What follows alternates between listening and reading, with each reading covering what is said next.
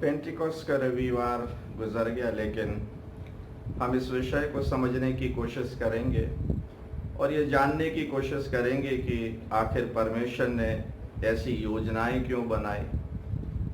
केवल पेंटिकॉस्ट रविवार को मनाना ही मेरा और आपका कर्तव्य नहीं है, परंतु ये जीवन भर मेरे साथ रहने और आपके साथ रहने वाली सामर्थ है।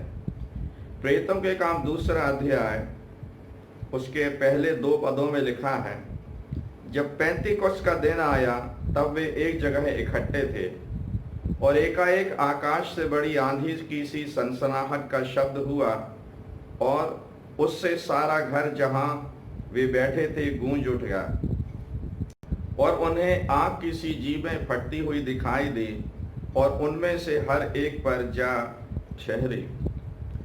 परमेश्वर अपने वायदों को पूरा कर रहा है। शुरू करता है, लूका पेंटिकॉस्ट का दिन था। थोड़ा सा हम इसको भी समझने का प्रयास करेंगे और जो सबसे अहम बात है कि अब यीशु मसीह का स्वर्गारोहण हो चुका है और धरती पर चेलों के हाथ में सारा काम है और चेलों को जाकर काम करना है। लेकिन ये चेले पहले डरे हुए थे, घबराए हुए थे, कमरे में बंद थे। परमेश्वर चाहता था कि चेले बाहर निकले, क्योंकि उन्हें सारे यरूशलेम में, सामरिया में, यहूदिया में प्रचार करना और उसके बाहर प्रचार करना है। इसके लिए उन्हें सामर्थ की आवश्यकता थी और बिना सामर्थ के प्रचार का काम संभव नहीं था। सामर्थ इसलिए बहुत जरूरी थी कि वो परमेश्वर की सामर्थ से भरकर, डर से अलग हटकर परमेश्वर का सुसमाचार बेखौफी के साथ कर सके, बिना डर, बिना भय के साथ में कर सके। यहां तक कि मौत का डर भी उन्हें प्रचार करने से रोकने ना पाए। सामर्थ की जरूरत इसलिए थी कि उनको परमेश्वर के वचन का प्रकाशन मिलता रहे। पवित्र आत्मा इसलिए जरूरी था कि पवित्र आत्मा उनसे बोले, बातचीत करे और परमेश्वर के वचन का प्रकाशन दे। पवित्र आत्मा की सामर्थ इसलिए जरूरी थी कि वो अंधकार की ताकतों का सामना कर सके, वो बीमारों को चंगा कर सके, वो परमेश्वर का कलाम सुना सके, वो रोमी ताकतों का, शाही ताकतों का सामना कर सके, वो रोमी धर्म की सत्ता का सामना कर सके। और इसलिए परमेश्वर उनको सामर्थ से भरता है, पवित्र आत्मा से भरता है, ताकि जब वो बाहर निकलते हैं कभी लौट कर ना आए। यीशु मसीह ने एक बात लूका रचित सुसमाचार उसके 24वें अध्याय और उसके 49वें पद में कही थी, और देखो जिसकी प्रतिज्ञा मेरे पिता ने की है मैं तुमको उस पर उतारूंगा, और जब तक तुम स्वर्ग से सामर्थ ना पाओ तब तक तुम इसी नगर में ठहरे रहो। परमेश्वर यीशु मसीह ने पहले ही अपने चेलों को बता दिया था कहां उन्हें रुकना है, कहां उन्हें ठहरना है। और ठहरना किस बात के लिए है?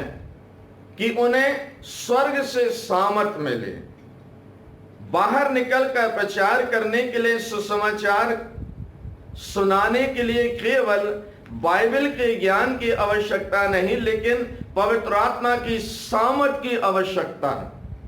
और पवित्र आत्मा की सामर्थ की जरूरत हर एक मसीही विश्वासी को है। पवित्र आत्मा की सामर्थ की जरूरत पूरी कलीसिया को है। और जो विश्वासी पवित्र आत्मा की सामर्थ से भरा होता है वही खुदा की खिदमत कर सकता है। वो कलीसिया जो पवित्र आत्मा की सामर्थ से भरी होती है, उस कलीसिया में परमेश्वर अपने अद्भुत कामों को करता है। अगर कलीसिया खाली है, उसका दिया बुझा हुआ है, उसका मनोरा बुझा हुआ है और उसमें प्रकाश नहीं है, उसमें ज्योति नहीं है, तो वो कुछ भी नहीं कर सकते। जिस कलीसिया में पवित्र आत्मा की सामर्थ नहीं, वो कलीसिया बाहर निकलकर काम नहीं कर सकती है। एक अफसोस की बात तो यह है कि कलीसियाएं अपने आप में सीमित होकर रह गई हैं। लोग ये सोचते हैं कि हम मसीही हैं, हम कलीसिया हैं, हमारा काम खुदा की इबादत करना है। लेकिन हमारा काम केवल खुदा की इबादत करना नहीं है, कलीसिया को बाहर निकलना है।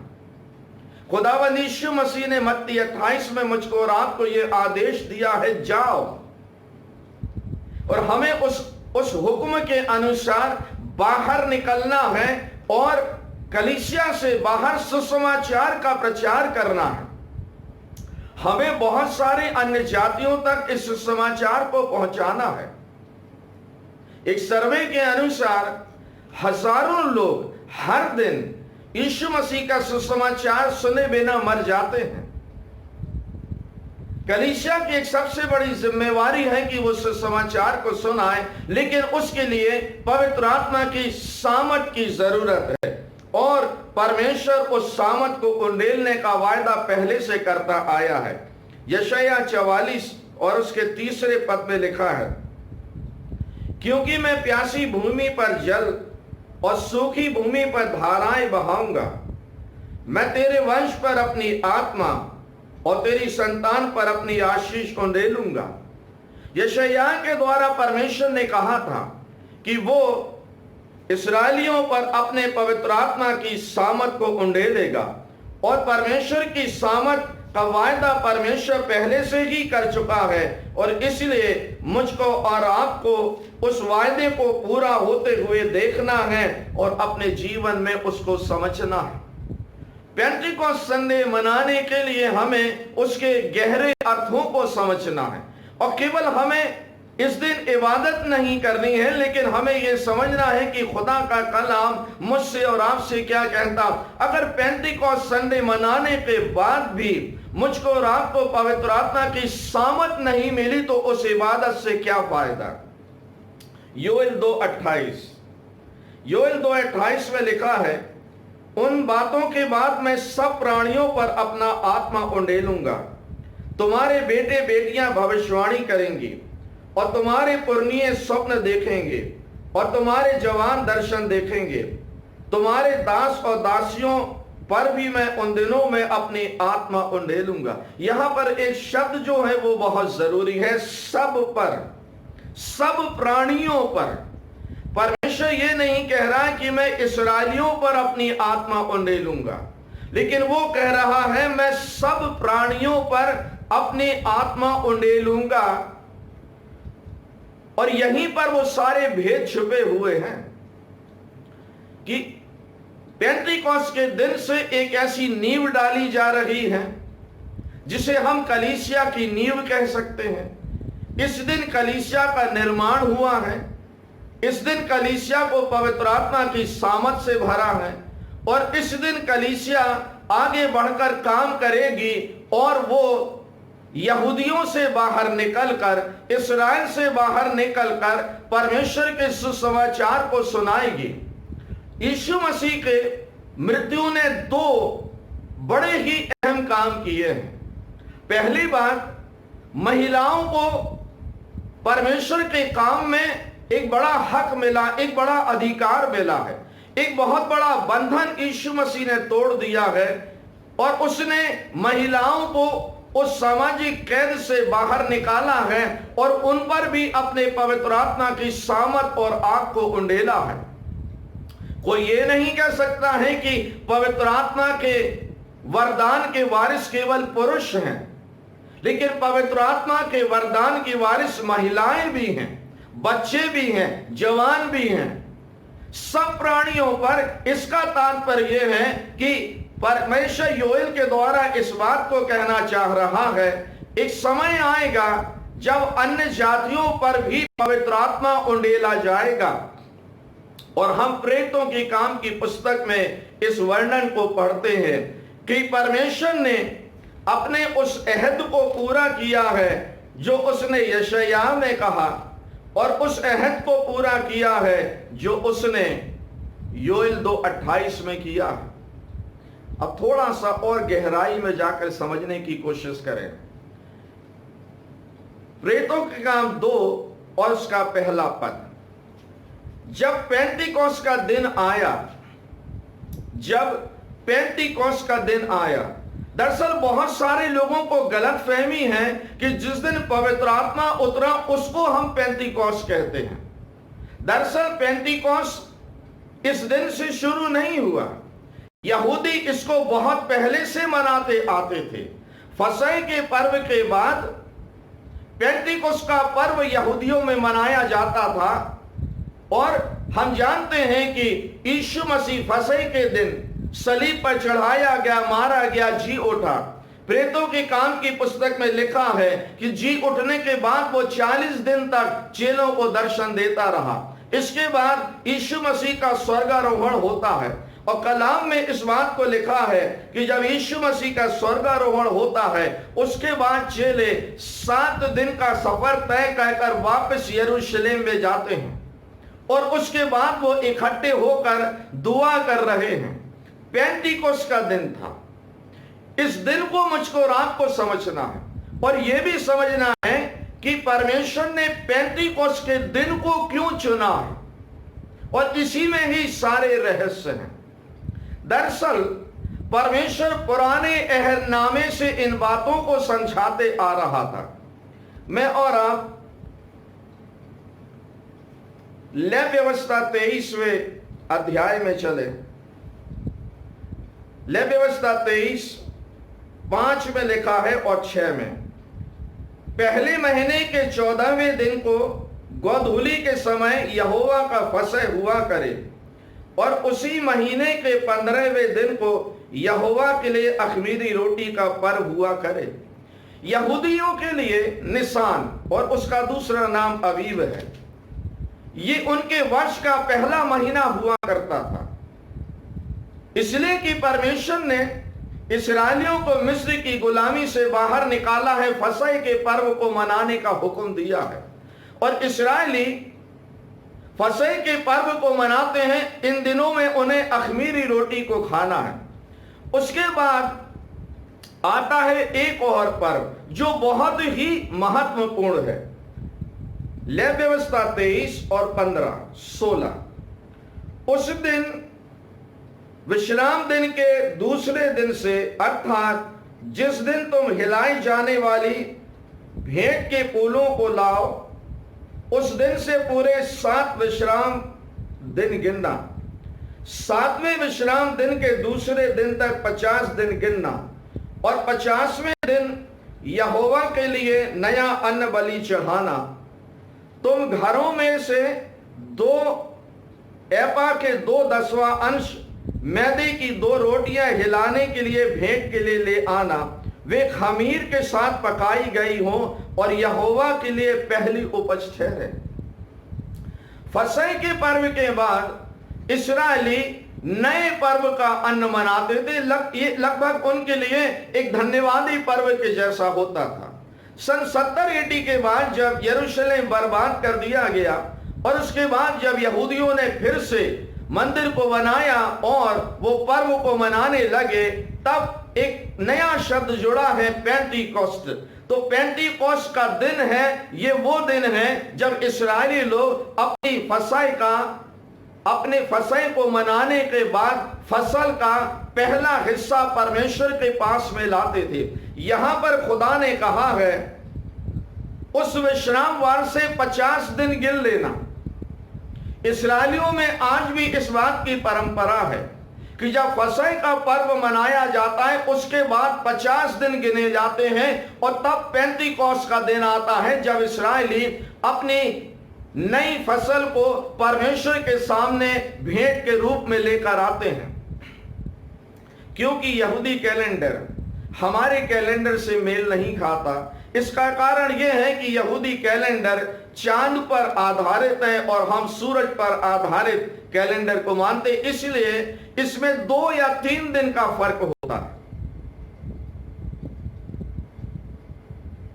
पेंटिकोस्ट का दिन था, इस्राएलियों ने फसह का पर्व मनाया, उसके बाद फिर वो वापस चले गए, 50 दिन गिने गए और फिर वो यरूशलेम में लौट कर आते हैं और उस दिन कई प्रांतों से, कई देशों से, कई राज्यों से लोग आते हैं और अपनी भेंट को चढ़ाते हैं। पेंतीकोस्त का दिन था। यरूशलेम खचाखच भरा हुआ था।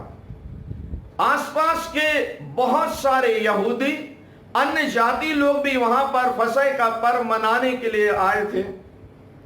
परमेश्वर ने इस दिन को खास कर इसलिए चुना है, उसका रहस्य मुझको रात को मिलता है लेवी व्यवस्था 23:17 में। ध्यान से देखें। यहूदी फसह के पर्व में अखमीरी रोटी खाया करते थे। घर से अखमीर को निकाल दिया जाता था, खमीर को निकाल दिया जाता था। खमीर जो है एक पाप का चिन्ह माना जाता था और उसे वो घर से बाहर निकालते और फसह का पर्व मनाते थे। उसके बाद परमेश्वर ने कहा तुम नए फसल का दिन मनाना, पेंटीकोस्त का दिन मनाना और अपनी फसल को लेकर आना।